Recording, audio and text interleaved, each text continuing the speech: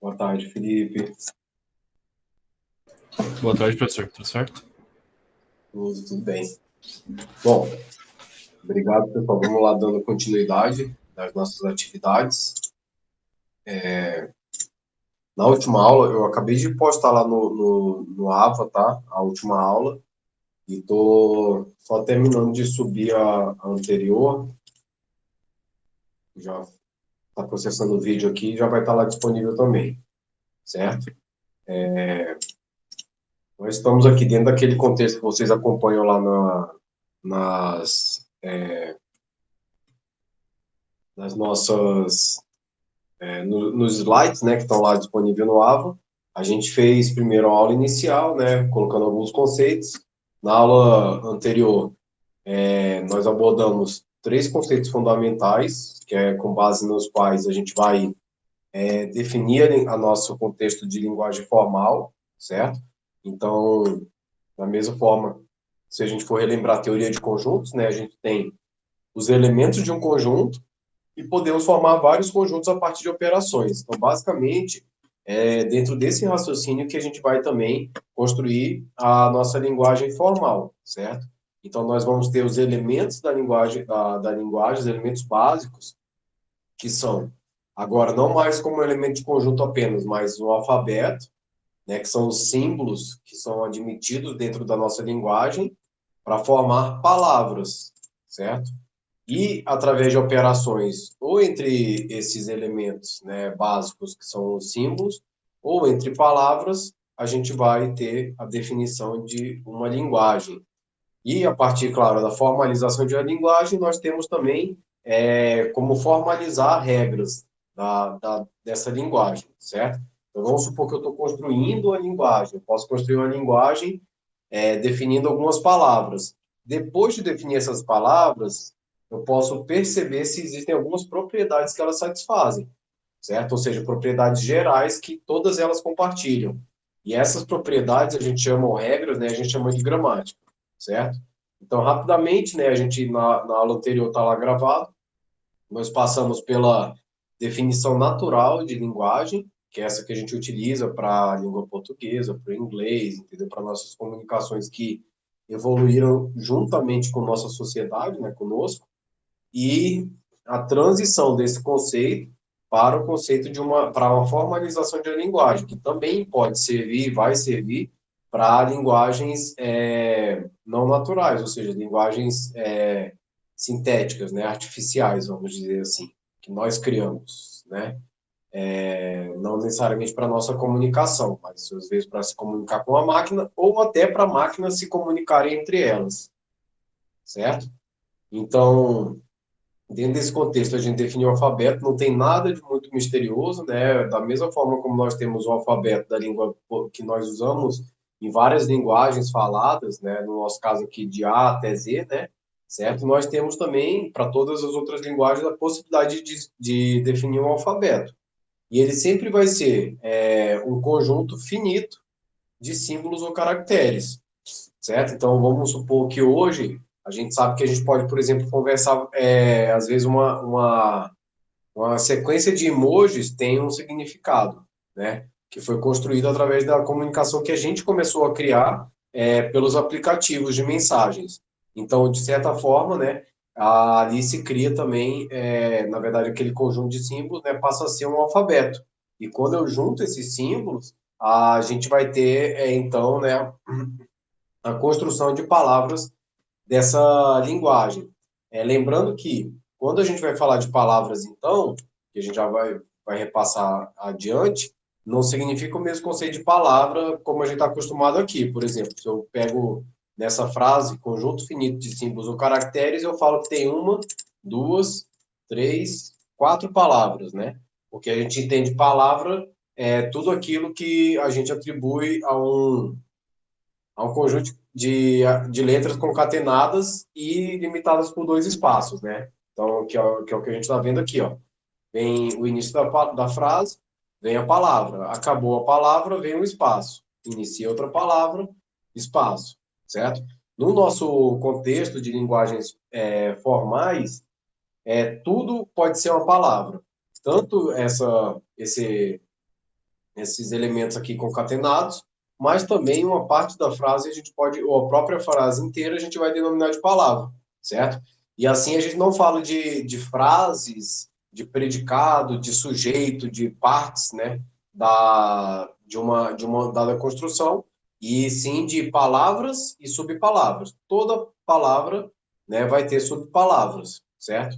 E a palavra pode ser, né, uma frase, no caso da nossa linguagem, pode ser um livro, pode ser um capítulo, ainda assim a gente considera em linguagens formais como uma palavra, né? Então, como se a gente tivesse agora trabalhando numa linguagem de computação, né, uma linguagem de programação, a gente pode ter uma rotina como uma palavra, uma declaração de uma variável como uma palavra, uma função como uma palavra, ou até mesmo todo um software, né, perdão, todo o código como uma palavra, certo? Então, o alfabeto ele não pode ser um conjunto infinito, certo? E o conjunto vazio é um alfabeto também. E depois tem um detalhezinho que a gente elencou, que é que é a inserção depois de algo que pode confundir um pouco com o conjunto vazio, que é a palavra vazia, certo? Bom, mas vamos lá. Então, dentro desse contexto aqui, se a gente vai trabalhar muito com alfabetos com letras, para simplificar de forma didática, né? A B, C, D, E, ou né, A1, A2, A3, por aí vai, certo? A gente vai ver em muitos exemplos alfabetos com duas ou três ou quatro letras, porque não precisa mais do que isso para compreender como eu posso formalizar uma linguagem, certo? Assim como vetores. Vocês já viram em geometria analítica, né? Que a gente pode ter um vetor em uma dimensão, que é um número, em duas dimensões, no plano, em três dimensões, em quatro, em cinco, em 10, em mil. E ainda assim, todo o formalismo da álgebra vetorial, né, ela continua sendo a mesma. A gente define as operações de soma, a operação de multiplicação por um escalar, define os elementos neutros da soma e o elemento neutro da multiplicação por escalar. E ainda assim continua sendo o mesmo formalismo. Então, aqui, independente do tamanho do alfabeto, ou independente dos símbolos que a gente vai estar trabalhando, ainda assim o formalismo vai ser o mesmo, certo?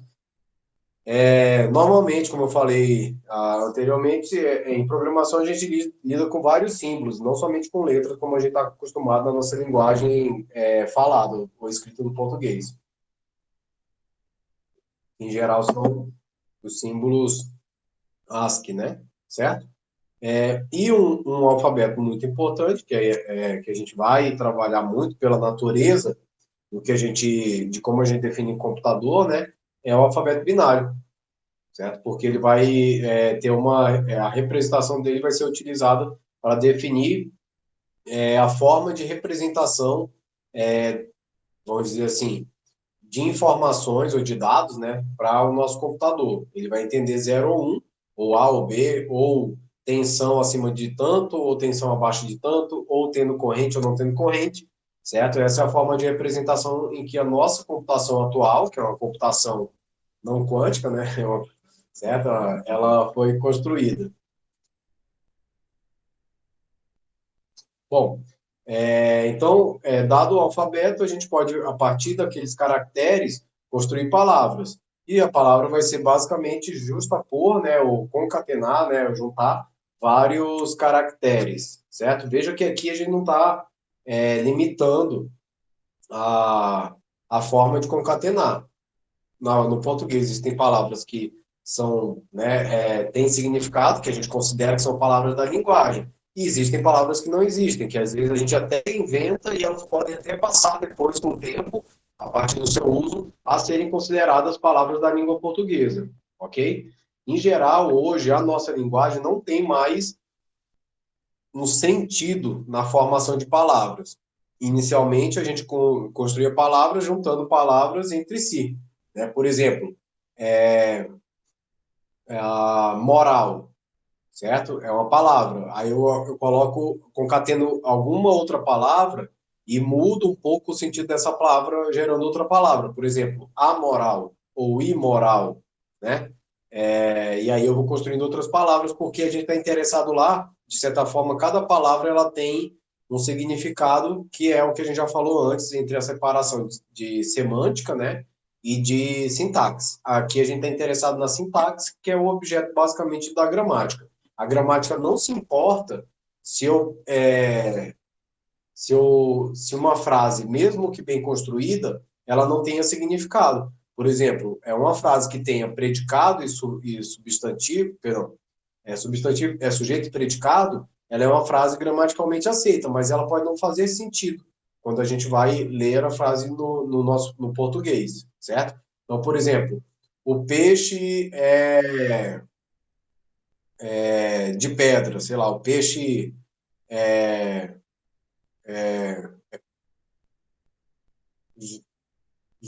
gelado faz sentido. Peixe é muito fácil fazer sentido com tudo, mas uma cor, por exemplo, o azul a cor azul é uma cor deliciosa. Não faz sentido, porque cor não tem, por natureza, gosto, certo?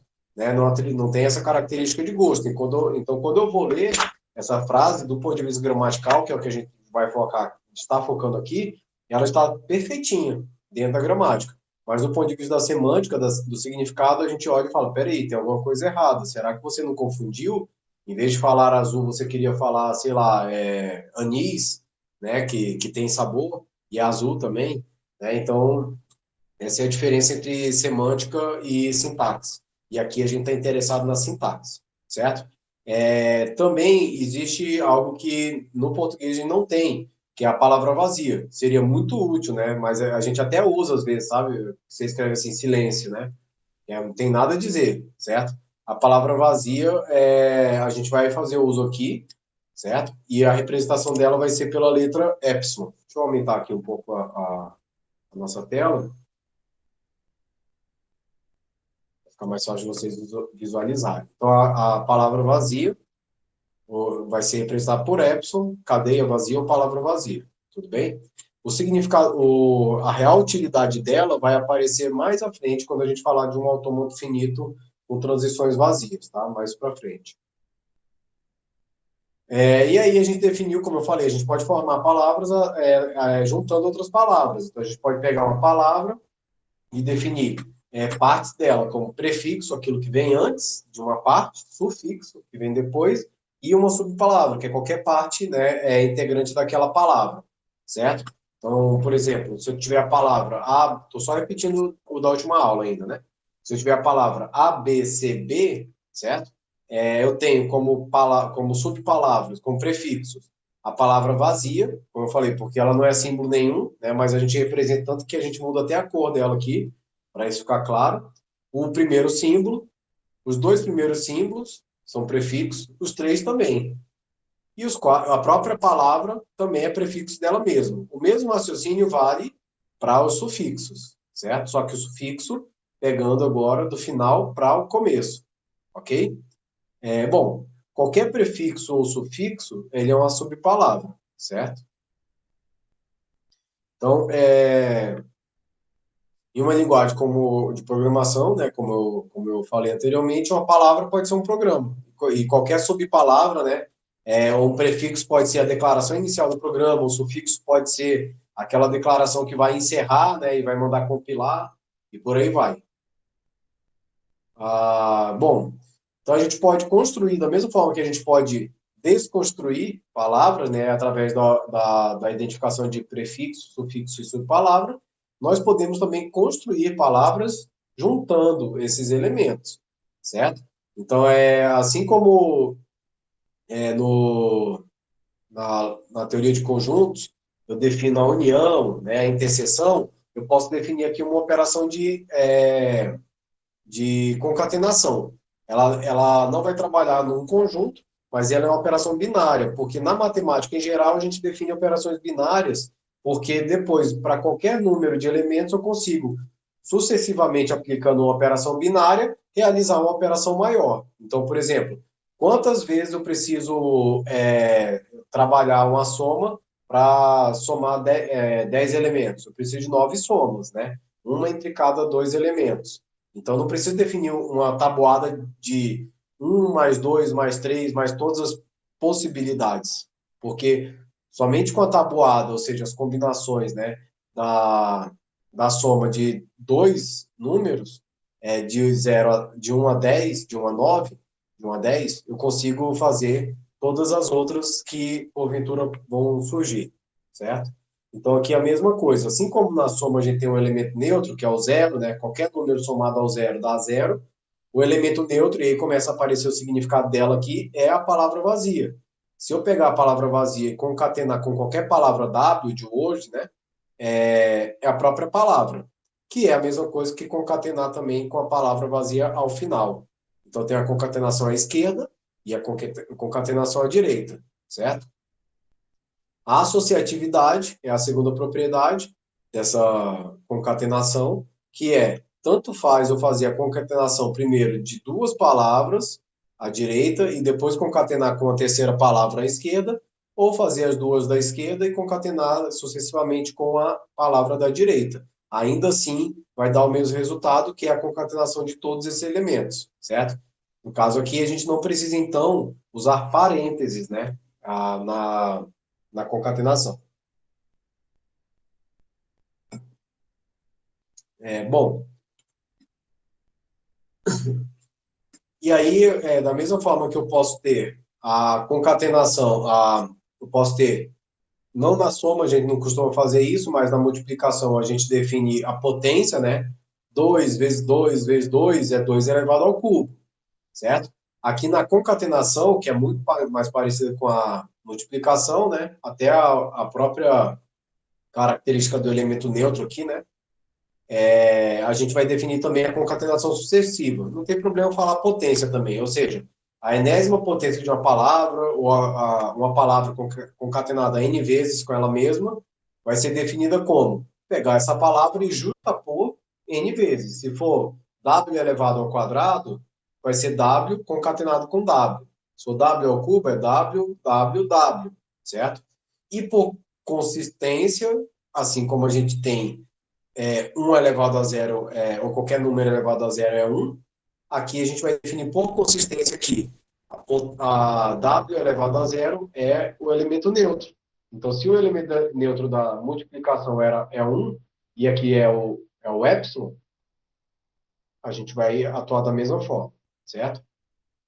E a gente pode, né, decompor indutivamente, então, W elevado a N como sendo W vezes W elevado a N menos 1. Tanto à esquerda quanto à direita, certo? Alguns exemplos, então tudo muito simples.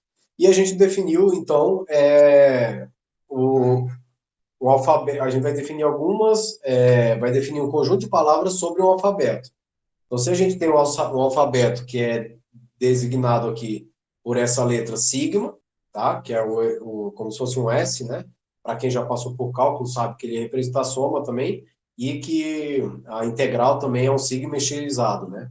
Então, o sigma vai representar um alfabeto, e todas as palavras possíveis sobre o alfabeto, a gente vai chamar de sigma estrela. Então, quando você vê a estrelinha aqui, você pensa, todas as palavras possíveis. Aí você fala, mas o alfabeto é finito, então não deve ter muitas palavras. Na verdade, como as palavras podem não ter tamanho limitado, né, não tem tamanho limitado, em geral esse conjunto é um conjunto infinito, certo? Ah, e sigma mais, que vai ser todas as palavras tirando a palavra vazia, certo? Assim como a gente tem também, usa muito em conjuntos, né? Excluir o elemento neutro algumas vezes, certo? Então, para definir sigma estrela indutivamente, basta pegar a palavra vazia, fazendo parte dele, e para qualquer elemento do alfabeto, então, se é um alfabeto, esse elemento é o equivalente a uma letra, né? Certo? É um símbolo. Vale que ele pertence a esse conjunto de palavras. Então, seria o quê? Qualquer elemento do alfabeto também é uma palavra, certo? Uma palavra das mais simples, né, que é o próprio elemento. E a indução para gerar quaisquer palavras, todas as palavras a partir desses dois passos aqui de indução, da base de indução, que é a palavra vazia e um dado elemento, vai ser da seguinte forma. Se eu tenho duas palavras aqui em sigma estrela, Então, ao concatenar, isso gera mais uma palavra. Por isso que esse conjunto é um conjunto infinito.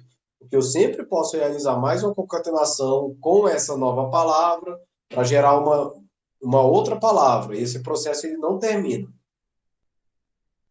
Aí você falou, professor, mas se a gente tem, então, esse conjunto, que é o conjunto de todas as palavras, qual é a importância dele? Vamos supor o seguinte, que eu quisesse compreender muito melhor a linguagem, a língua portuguesa. Eu posso, ou todas as linguagens sobre o alfabeto de A a Z. Eu posso falar o seguinte, eu vou gerar todos os símbolos, todos os conjuntos de palavras, todas as palavras possíveis, que é infinito, né? Certo? Esse conjunto. E desse conjunto de palavras possíveis, eu vou tirar algumas e vou chamar de uma linguagem. Ou seja, eu estou gerando todas as palavras no alfabeto. E aí é muito mais fácil depois eu selecionar algumas palavras e falar, ó, essas são as palavras da minha linguagem. Então essa é a diferença entre alfabeto, conjunto de todas as palavras sobre o alfabeto e linguagem, certo? Por exemplo, se eu tenho então aqui um alfabeto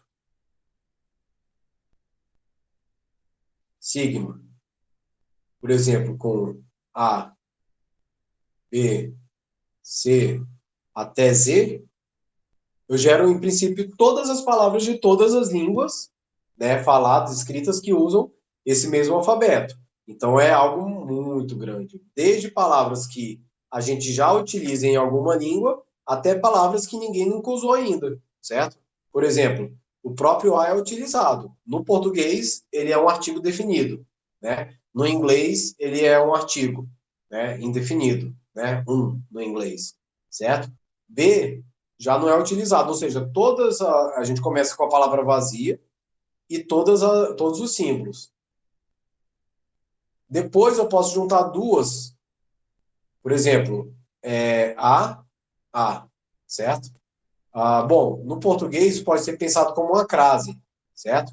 Então pode ser pertencente ao português. Aí eu vou lá e seleciono ela e falo, opa, isso aqui eu vou jogar dentro da língua portuguesa, LP, por exemplo, certo? Aí eu vou fazendo assim, A, B, A, C, A, T, E, por exemplo. Juntei, virou abacate. Opa, abacate é uma palavra que a gente usa, vou jogar lá na língua portuguesa. Então, eu vou pegando todas as palavras possíveis. Algumas não vão existir na língua portuguesa, como essa aqui, por exemplo. C não é. Se eu escrever um C, ele é apenas uma letra. Mas eu não digo que ele faz parte da língua, né? Ele faz parte do alfabeto.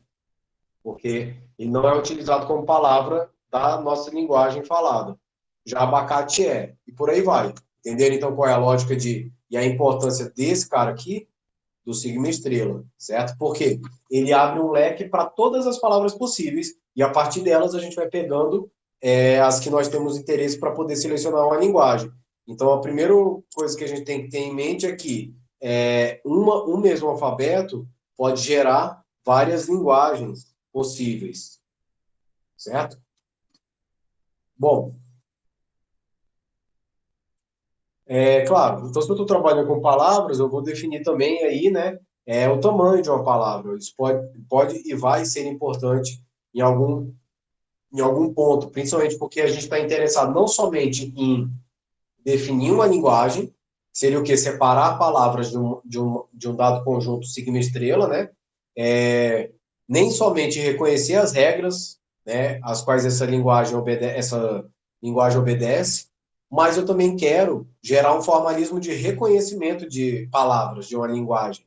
Então, se eu tivesse uma máquina que entrando uma palavra, ela fosse lendo símbolo a símbolo e ela falasse pertence à linguagem ou não pertence à linguagem, isso seria muito bom. E é justamente essa que é a ideia básica do autômato, certo? Então, se eu vou fazer uma leitura, é interessante que eu também defina o tamanho de uma palavra, o comprimento de palavras, certo?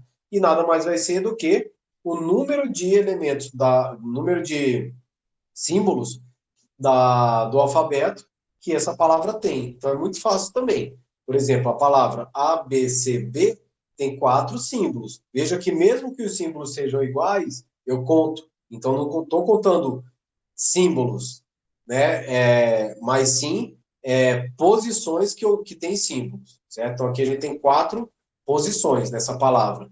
E a palavra vazia, por definição, vai ter tamanho 0. Bom, enfim, a gente pode também, a partir disso, então, definir claramente a formalização de uma linguagem, certo? E aí a gente vai precisar trabalhar a notação, certo? Então, uma linguagem formal a gente vai definir simplesmente como L. Ela vai ser uma linguagem definida sobre um alfabeto sigma. Então, a gente denota que L está contido em sigma estrela. Lembra? Dentro de todas aquelas possibilidades que nós tínhamos, né? De sigma estrela, todas as palavras possíveis sobre o alfabeto, um subconjunto desse que vai ser uma dada linguagem, por exemplo, a língua portuguesa, certo? A linguagem português. E aí, então, eu posso denotar que ela é um subconjunto desse conjunto de todas as palavras sobre o alfabeto, certo? Bom, nesse sentido, o conjunto vazio, como ele é subconjunto de qualquer conjunto, ele é uma palavra de qualquer alfabeto. E o conjunto com a palavra vazia também. Mas essas duas coisas são diferentes, certo? Aqui não vai fazer muito sentido, mas em alguns teoremas, mais adiante, isso vai ficar mais claro, certo? Bom, e aí, claro, sigma estrela, que é o conjunto de todas as palavras, é uma linguagem sobre qualquer, né, sobre um alfabeto sigma. E sigma mais é aquele que é o sigma estrela tirando o elemento neutro, e por isso eles são diferentes, certo? Ah, bom, um exemplo que é muito tradicional no estudo de linguagens formais é trabalhar com o alfabeto binário, como eu tinha anteriormente falado, e definir o palíndromo. O que é um palíndromo? É uma palavra que, lendo da esquerda para a direita ou da direita para a esquerda, ou seja, de trás para frente ou de frente para trás, ela tem a mesma forma. Ou seja, eu vou passar pelos mesmos símbolos, vai ser a mesma palavra, certo? Então, a palavra vazia é um palíndromo, qualquer palavra de um símbolo é um palíndromo, né, pela simetria. Qualquer palavra com 2 símbolos iguais e palavras também aí com 3 símbolos abre mais o leque. Palavras com 3 símbolos iguais, palavras aí que tenham essa simetria agora. A primeira seja igual à última, certo? Para 3. Ou, enfim, como está colocado aqui, é uma característica para todas, basicamente aqui, né? Todas essas 4. E por aí vai, ou seja, veja que eu posso ler aba da esquerda para a direita e da direita para a esquerda eu leio aba do mesmo jeito. Então, no português, por exemplo, ovo, ava, ambiente virtual de aprendizagem, né? São palíndromos, certo?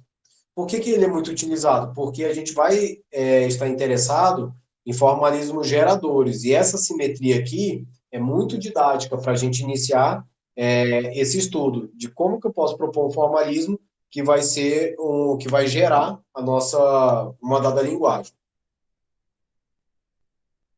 Bom, e aí na aula passada também, né, eu abordei sobre o conjunto de todas as linguagens sobre o alfabeto. Se eu tenho sigma estrela como todas as palavras possíveis, o conjunto de todas as linguagens que eu tenho sobre o alfabeto vai ser o conjunto das partes, certo? Que a gente denota por 2 elevado a sigma estrela.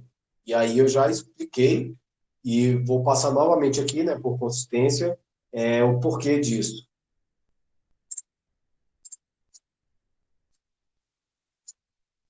Então, se nós temos aqui um alfabeto, vou pegar primeiro, só relembrar o conceito de conjunto das partes.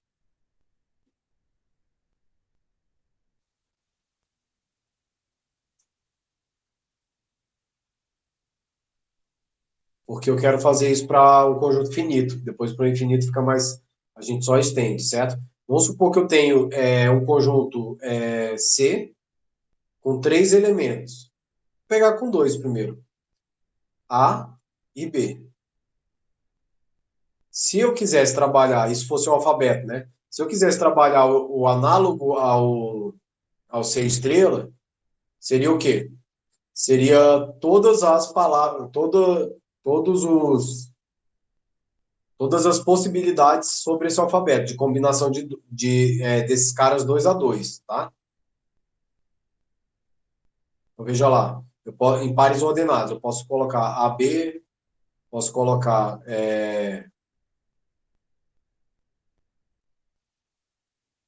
AA, posso colocar BB e posso colocar BA. Esse é o conceito BA. Esse é o conceito de produto cartesiano, na verdade, basicamente. Então, a gente pode pensar que isso aqui é produto cartesiano de C com C. É daqui que vai vir o conjunto das partes, certo? Bom, então, beleza. Se eu penso, se agora, então, eu penso o seguinte, se eu tenho 2 elementos, quantas possibilidades eu tenho aqui? 2 elevado ao quadrado, 4. Tem 4 possibilidades de combinação. E aí, se a gente repete isso agora para C cartesiano C, cartesiano C, e aí veja aqui, ó, isso na verdade, de certa forma, gera para a gente outras palavras que estariam em C estrela. AA, BB, são as palavras de tamanho 2, tá? Se eu quero agora gerar as palavras de tamanho 3, eu vou fazer o mesmo procedimento, isso aqui vai dar para a gente A, A,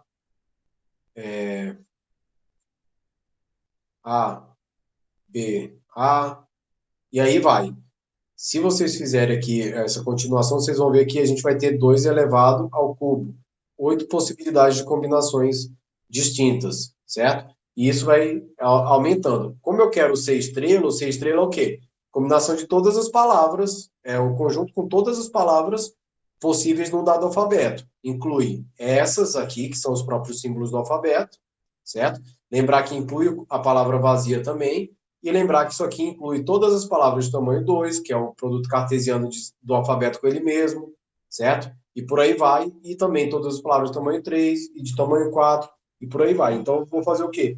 A união de todos esses produtos cartesianos. E assim eu vou gerando todas as palavras pertencentes a uma linguagem. Vejam que, da forma como está colocado aqui, ó, é 2 elevado ao número de elementos do alfabeto. Quando eu pego e faço a contabilidade dessa soma, que é 2 elevado a 1, mais 2 elevado a 2, mais 2 ao cubo, mais 2, né, até o número de elementos que eu, né, tenho nesse conjunto que é infinito, na verdade, o natural seria que a gente tenha um número muito grande, mas que pode ser representado em alguma potência de 2, certo? Então, se o último desses caras aqui das concatenações é o próprio sigma estrela, certo? Então, é natural que, se aqui é o número de elementos, né, que eu estou trabalhando na concatenação, o sigma estrela vai ser o último n, certo? Então, a representação, e aí eu falo representação, né, vai ser 2 elevado a sigma estrela, certo? Bom, e aí, né, na linguagem de programação, a gente vai ter todos os programas, né, que na verdade é infinito, como eu já falei anteriormente. E aí sim a gente entra agora, beleza, se eu representei uma linguagem, mesmo que muito formalmente, ou seja, isso não me dá ainda muitos elementos para compreender, porque não adianta eu formalizar um conceito. O nosso entendimento em termos de teoria, de modelo teórico, ele vai vir quando a gente começar a analisar propriedades que esse objeto possui, certo? É através basicamente, a análise dessas propriedades que a gente chama de álgebra, né? Por exemplo, e aqui no caso a gente vai chamar de gramática, que vai ter sua álgebra, inclusive. Bom, então a gente tem aí, né, eu já falei várias vezes das linguagens, né, de programação, e o que a gente quer, na verdade, ter um formalismo gramatical, que é o quê? Eu quero saber, ao invés de ter que descobrir todas as palavras pertencentes a uma linguagem, que a gente já viu que é impossível, porque são infinitas, no caso de uma linguagem de programação. Tem programa que não foi escrito até hoje. E nosso tempo, né, ele é finito, e o conjunto é infinito. Então, muito provavelmente, sempre existirão programas de qualquer linguagem, códigos que jamais serão escritos, certo? Seja por não ter uso, seja por serem tão complexos que a gente nem consegue enxergar o porquê escrever esse código. Tá, mas e aí? Como é que eu faço então? Como é que eu defino uma linguagem computacional, uma linguagem de programação? Não pelo programa, mas pelas regras que esses programas, ou esses códigos devem satisfazer. Então é uma outra forma de dizer, de representar infinitos elementos, certo? Isso é muito simples e a gente já conhece isso muito bem quando a gente trabalha com álgebra, certo? Então, por exemplo, quantas soluções essa equação aqui tem? Seno de x igual a zero. Se o seno ele é uma função periódica, ele vai infinitas vezes cruzar. De zero a infinito, ele vai cruzar infinitas vezes a linha, o valor zero. Ele vai ter esse valor zero infinitas vezes. Como a gente está trabalhando nesse mesmo contexto, né, é natural, então, que a gente tenha infinitas soluções, certo? Mas ainda assim, eu não preciso achar as soluções todas para representá-las. Elas estão representadas nesta equação, certo? Então elas estão de alguma forma representadas, que é a condição que ela satisfaz. Então veja que é uma forma de gramática. Eu quero saber qual é a condição que x satisfaz quando eu aplico o seno da zero. São esses caras aqui que eu estou representando na equação. Então não preciso achar a solução. Da mesma forma, numa linguagem, qualquer, em particular as linguagens de programação, né, eu não preciso escrever todos os códigos. Eu preciso apenas elencar quais são vamos dizer assim, as condições que esses códigos devem satisfazer. E isso já de alguma forma, está gerando todos os códigos possíveis, certo? Bom, então, uma questão muito importante é que, apesar de você ter infinitas palavras, o conjunto de regras que vai, né, definir a linguagem, ele deve ser finito, certo? Então, quando a gente aplica sucessivamente, a gente vai gerando as palavras, né? E o conjunto de todas as palavras geradas por gramática define a linguagem. Então, veja que a gente não quer mais, assim como não faz muito sentido eu simplesmente listar todos os números reais, né? O que importa ali, na verdade, é quais são os números reais que satisfazem uma certa equação, que eu poderia chamar isso de uma dada linguagem, né? Aqui é a mesma coisa. Então, as gramáticas para linguagens naturais, como o português, né, são as mesmas que a gente usa no Pascal. São regras e a gente pode construir programas com aquelas regras. Só lembrando uma coisa muito importante. Uma coisa é uma palavra ser aceita, porque a gente está falando de sintaxe, né? Eu falei anteriormente. No português, eu construí a palavra azul é delicioso. Né? É uma cor deliciosa. Não faz sentido. Né? Ela é aceita, ela tá correta gramaticalmente, mas não tem significado, não tem sentido semântico. A mesma coisa pode acontecer para um código, né? Eu posso gerar um código, tá perfeitinho, quando eu rodo, tá tranquilo. Mas ele não pode ter sentido para o que eu tenho por interesse, por exemplo. E aí a gente pode pensar qual é o significado qual é a utilidade de uma linguagem. Por exemplo, existem linguagens de programação que têm especificidade, como R, por exemplo. É uma linguagem voltada a trabalhar com problemas estatísticos. Então, pode ser que tenha algum código de R que eu construa, ele rode e fale que esse código está ok, mas ele não vai ter sentido, porque ele não vai estar efetivamente fazendo um cálculo estatístico correto, por exemplo, certo?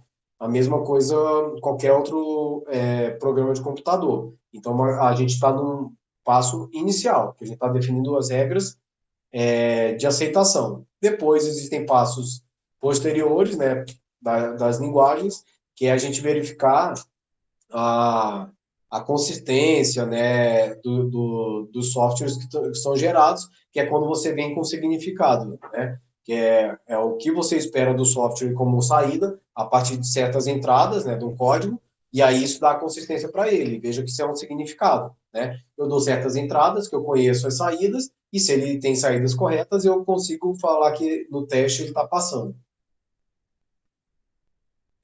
Apesar de que, então, a partir de gramáticas, a gente pode definir também semântica. Isso vai aparecer um pouquinho em alguns exemplos que a gente vai colocar aqui, certo?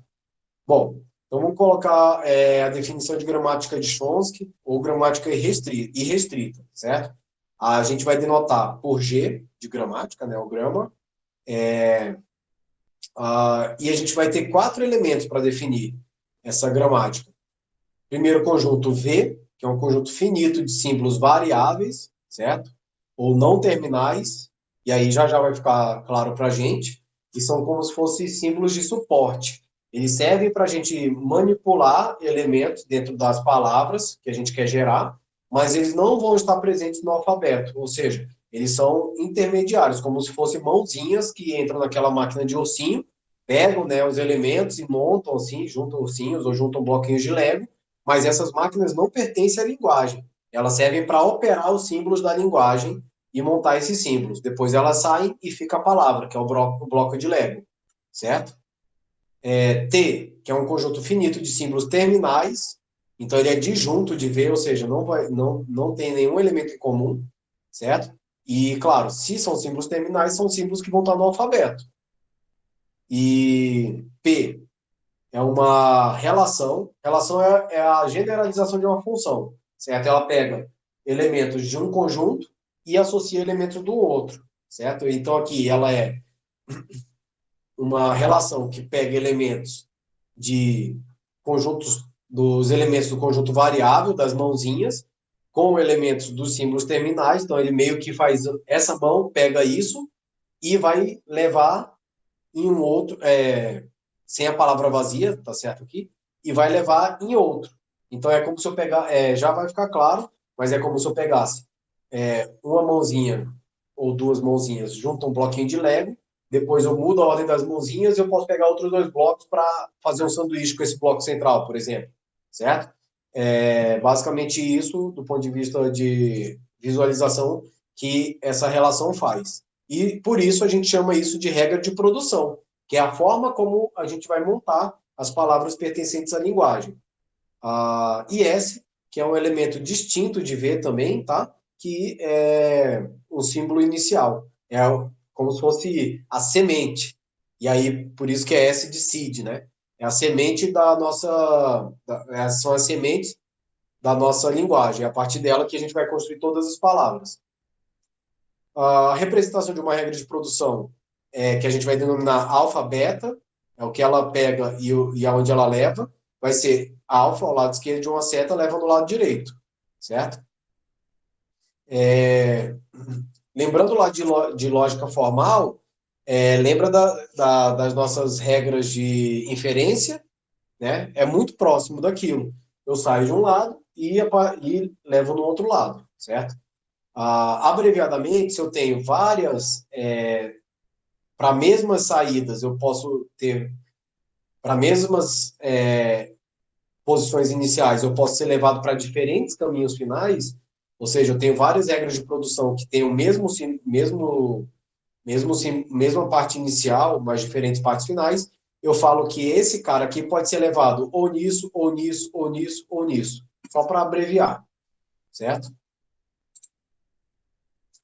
E aí, se a gente está trabalhando então com as regras de produção, a gente pode pensar agora, definir o conceito de derivação, que é como é que eu saio de um símbolo inicial e chego numa dada palavra, a partir da sucessiva aplicação de várias regras de produção, certo?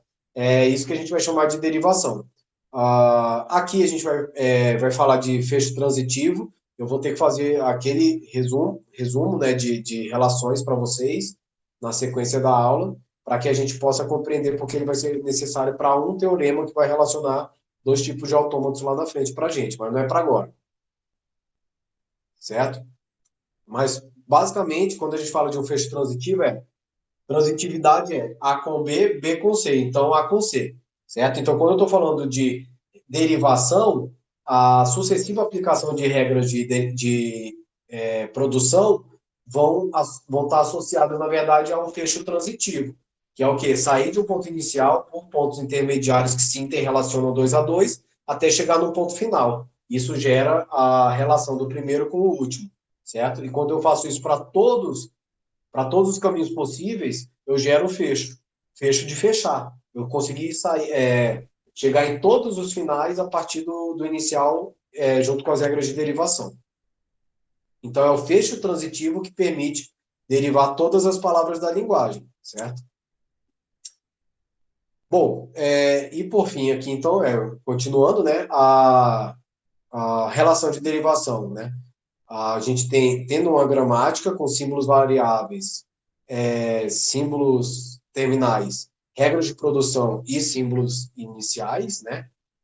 A gente vai ter a derivação como um par da relação de derivação, em que eu tenho aqui o domínio, aqueles elementos de V união T mais, e o codomínio V união T estrela, certo? Claro, a gente começa a ficar muito abstrato, a gente pode, então, tentar deixar isso um pouco mais visual, certo?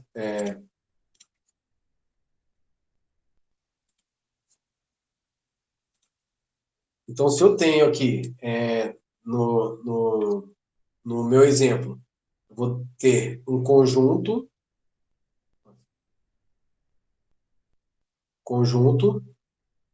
de todos os elementos pertencentes a V, que são os símbolos variáveis, união com os símbolos terminais. Mas esse conjunto aqui, ele é sem a palavra vazia. Significa o quê? Que eu não vou gerar uma palavra saindo da palavra vazia. Isso não é permitido e nem faz muito sentido, certo?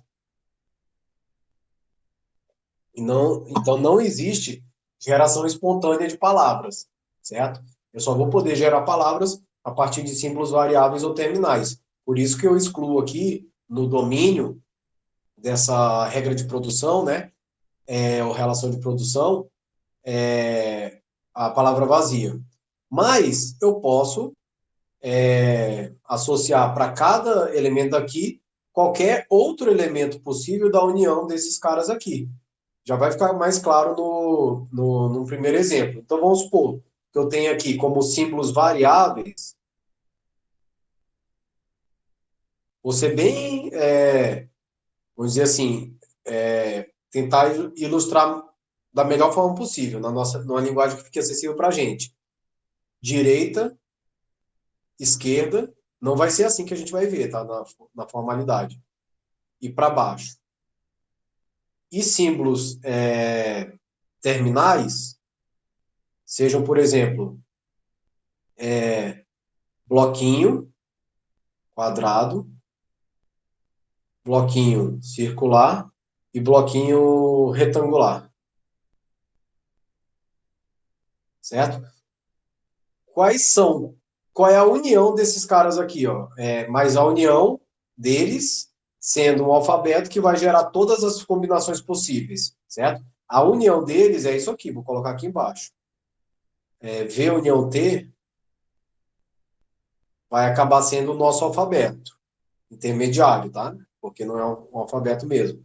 Mas ele é o quê? É setinha, setinha, setinha, quadrado, bola, retângulo. Certo?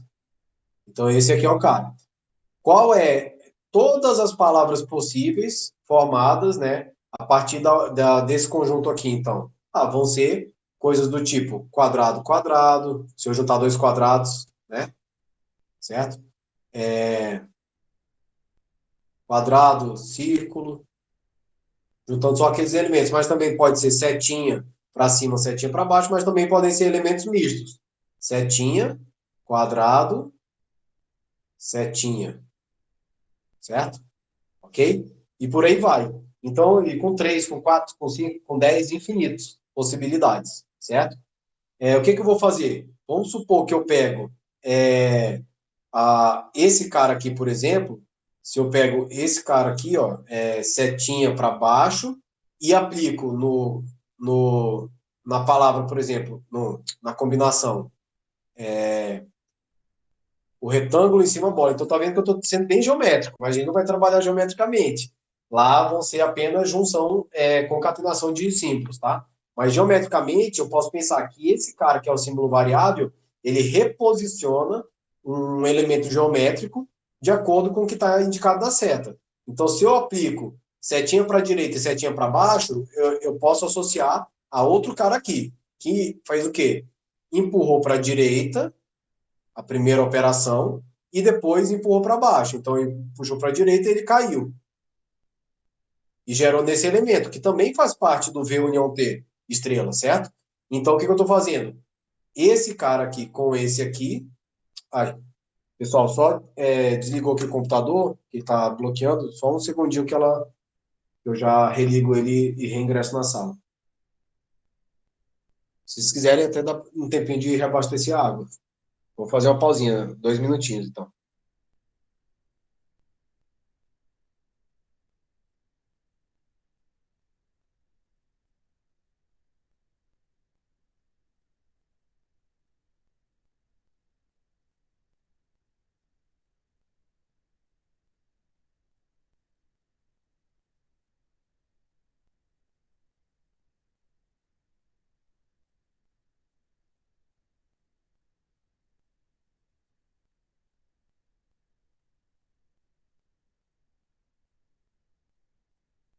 Pronto, voltei.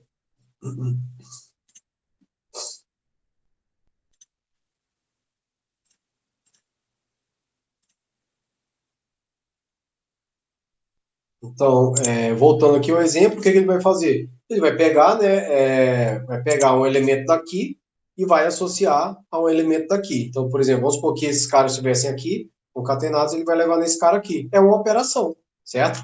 Então, o que ele está fazendo? A partir de conjuntos de símbolos variáveis e símbolos terminais, ele está associando a outros símbolos variáveis ou terminais, certo? De maneira que eu posso mudar a posição deles e gerar novas palavras. É uma forma de construir as palavras. Geometricamente, eu acho que é mais bonitinho de enxergar.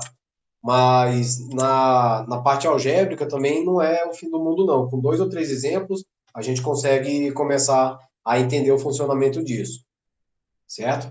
Então, basicamente, o domínio são todas as palavras sem a vazia, porque não tem geração de palavras a partir da palavra vazia, certo? E o codomínio, ele conjunto de todas as palavras possíveis dentro de V união T, certo? Bom, e aí, alfa, beta é o que a gente vai chamar de uma forma de representar essa transição de uma derivação que sai de alfa e chega em beta, certo? Como que eu faço isso? Através da aplicação sucessiva. Então, se eu tenho o símbolo inicial, ele vai em beta, certo? Através de uma produção. Então, a produção vai ser representada pelos sucessivos passos, certo? E aí eu digo, então, que se alfa vai em beta, é regra de P, então a regra de produção, que é detalhar esses passos, ela pertence também a esse caminho. É como se fosse assim, saí do símbolo inicial, cheguei numa palavra, mas eu quero saber quais foram os passos de produção que eu utilizei, porque eles vão, aí como eu falei, eles podem ter significado, né? E aí a gramática pode até começar a ser um pouco semântica, como eu falei ali do bracinho, da setinha, para cima, ou para baixo, para o lado, dos bloquinhos. Então, basicamente, uma regra de derivação é substituir a substituição de uma subpalavra de acordo com uma regra de produção, certo? Dos fechos eu não vou falar, já exemplifiquei, certo? E aí, então, a gente fala, beleza, então tem o formalismo. Esse formalismo, ele é o quê? Ele é um formalismo gerador, certo? Ele gera as palavras de uma dada linguagem. Por isso a gente fala que ele é de geração e ele é axiomático. Faltou um aqui. Por que é axiomático? Porque eu estou dando as regras de produção, né? Elas não estão lá do nada. Eu que estou propondo aquelas regras, que são axiomas, portanto. E aí, claro, se eu tenho a gramática, toda gramática corresponde a uma linguagem gerada, certo? Então, a gramática VTPS, certo? A gente diz que é a linguagem gerada por ela pode ser representada como L de G, ou seja, a linguagem que foi gerada pela gramática G, ou que ela é gerada por G, ou gera G, né? São representações apenas, tá? Em geral, a gente vai usar L de G. E a gente vai também determinar essa gramática, perdão, essa linguagem, através das palavras, de símbolos terminais, que a gente pode derivar a partir do símbolo inicial. Então, a gente vai dizer que L é a linguagem gerada por G, ela é o conjunto de todas as palavras pertencentes à concatenação sucessiva, né, o sigma e estrela dos símbolos terminais, que os símbolos terminais são o nosso sigma aqui, tá?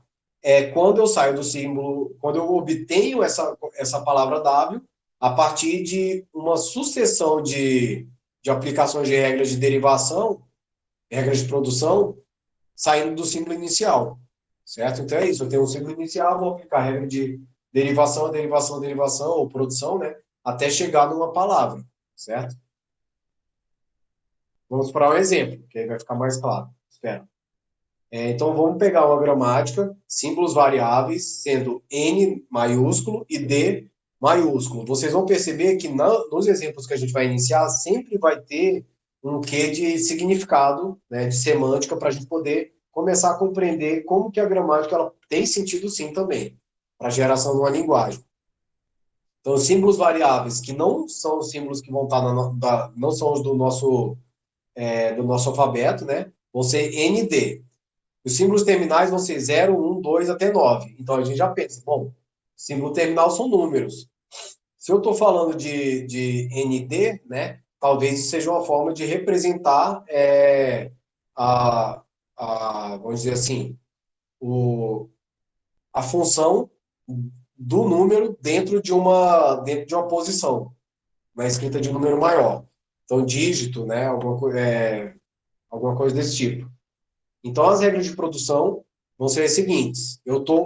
É axiomático, eu estou, né, dando isso, definindo. N, que é um símbolo variável, ele pode ir em D, ou seja, onde tem N eu posso substituir por D em qualquer pedaço que eu tenho.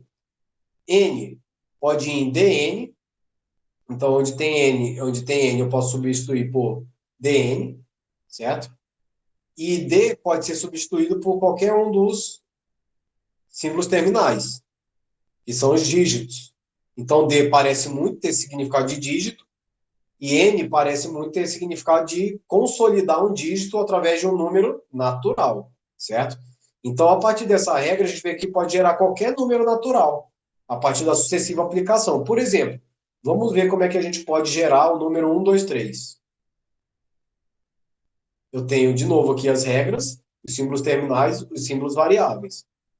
Uma possível derivação, porque podem ter várias formas de derivar uma mesma palavra, tá, pessoal?